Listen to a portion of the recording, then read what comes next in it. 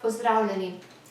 Še 14. dan 21-dnevnega spomladanskega posta, nekaj nasvetov. Pomembno je, da podoživite grižljaj, da ne hitite.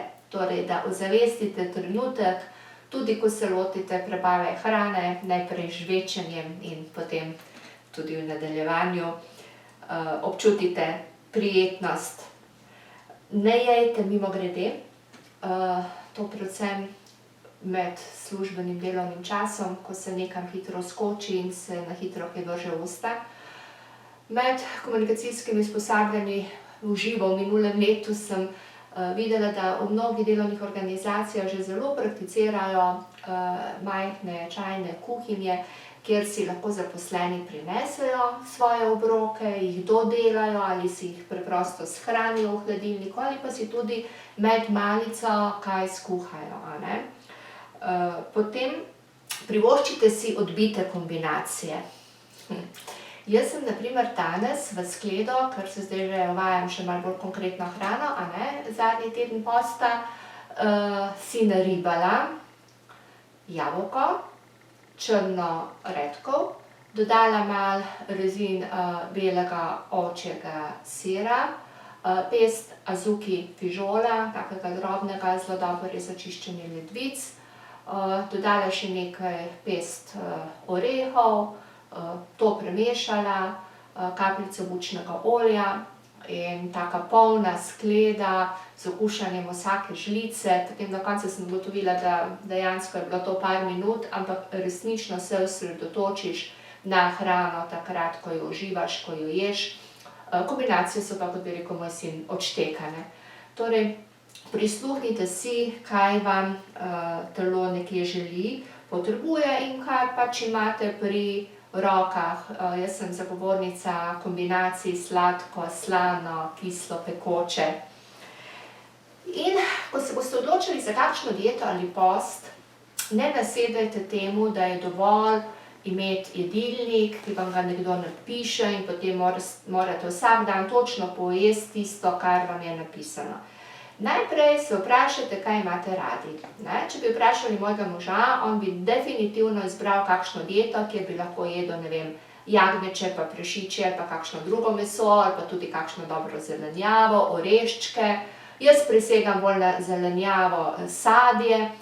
Skratka, lotite se načina razstrupljanja telesa tako, da vam bo na nek način vsaj glavnina vrste hrane, ki jo imate radi, dovoljena, dopuščena.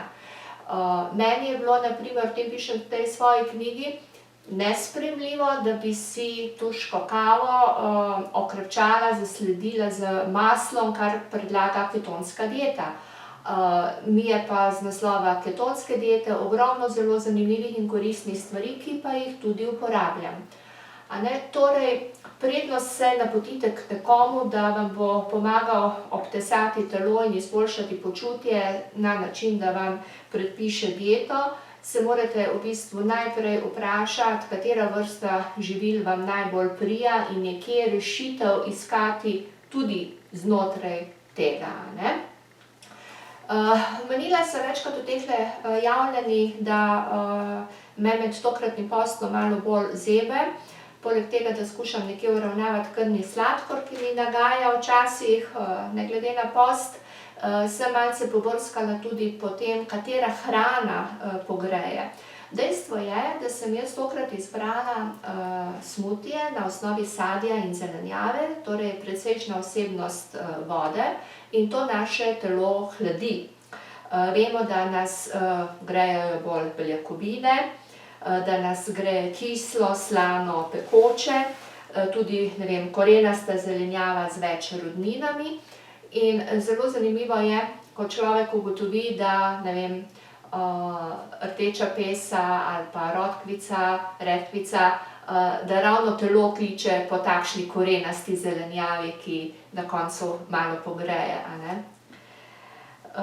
In zunaj je tudi razpis za 21-dnevni komunikacijski trening. Nekateri so me vprašali, če bodo stradali skupaj z mano. Ne boste stradali skupaj z mano, tudi na postu ali na dieti ne boste, ampak 21-dnevni komunikacijski trening pove, da se boste odpovedali izgovorom in boste 21 dni zapored, 60 minut na dan, namenili osvajanju novih komunikacijskih veščin in znanj z namenom izboljšanja odnosov komunikacije, bodisi v domačem ali delovnem okolju, bodisi v vlogi sledilca, zaposlenega ali vodje enote, službe, sektorja. Vabim vas, da se naročite na YouTube kanal Razstrupi se in prisluhni si in v petek, 16. aprila ob 20. uri prisluhnite prvemu iz serije intervjujev Prisluhni si z Biserko. Moja gostja je Ljudmila Novak, evroposlanka. Do slišanja jutri, 15. dan. Srečno!